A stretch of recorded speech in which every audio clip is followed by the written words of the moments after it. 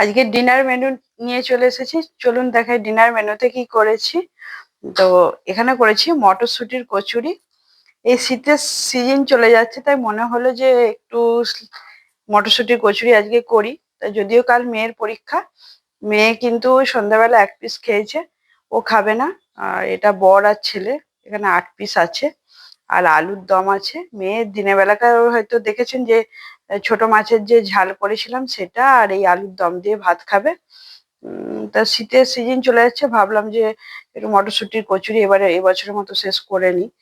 যদিও মটরশুঁটি কেন, সব সবজি সারা বছরই পাওয়া যায়, তবু সিজন ওয়াইজ যেটা হয় আর কি। তাই মটরশুঁটি কচুরি আর আলুর দম। কি খাবে তো আজকে রাতে? আচ্ছা, এটা হলো। আর এখানে একটা জিনিস দেখায় আপনাদের সাথে শেয়ার করি।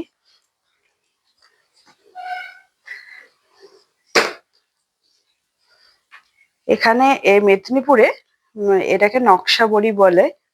এই যে তলায় পোস্ত দেয়া, খুব সুন্দর দেখতে, তাই না? আমি কিন্তু এই জিনিসটা মেদিনীপুরে এসেই প্রথম দেখেছি, মানে বাঁকুড়া বা বর্ধমান, আমি বিয়ের আগে বা পরে দেখিনি এই ব্যাপারটা।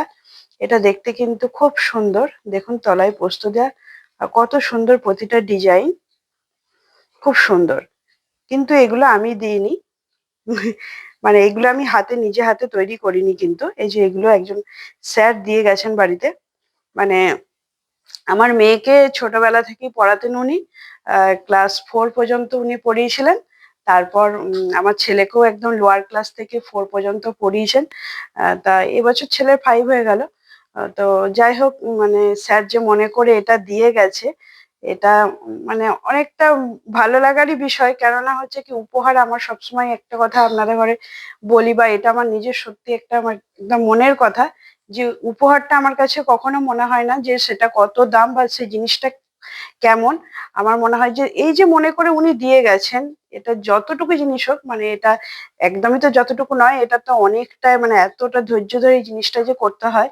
মানে এটা পেয়ে মানে সত্যি নিজেকে খুব ভালো লাগছে, যে মনে করে উনি দিয়ে গেছেন। আমার এমনি ছোট ছোট উপহার খুব ভালো লাগে, যে না মনে করে যে যেটাই দিক না কেন, ছোট উপহার হলেও আমার কোনো সেটা, মানে কি বলবো, এটা আমি ভাষায় প্রকাশ করতে পারছি না।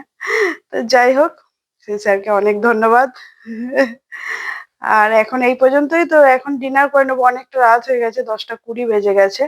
আর কচুরি যে করছিলাম ওপরেও দিয়ে এসেছি দাদাদের, আর স্যার এসেছিলেন, ওনাকেও ভেজে টিফিন দিয়েছি। আর একটুখানি বাকি ছিল, কি বলুন তো, সন্ধ্যাবেলা করেছিলাম, কিন্তু এই কচুরি জিনিসটা ঠান্ডা হলে একদম ভালো লাগে না। লুচি কচুরি তেলে ভাজা জাতীয় চপ বেগনি বলুন, আমার পার্সোনালি একদম ভালো লাগে না ঠান্ডা জিনিসটা। আমি নিজেও খেতে ভালোবাসি না ঠান্ডা, আর কাউকে দিতেও পারি না। তাই এই জন্য রাত্রে এখন খাবে বলে এইমাত্র এটা করলাম আর কি। মানে সমস্ত কিছু রেডি করে রেখেছিলাম, এই জাস্ট ভেজে দিলাম আর কি।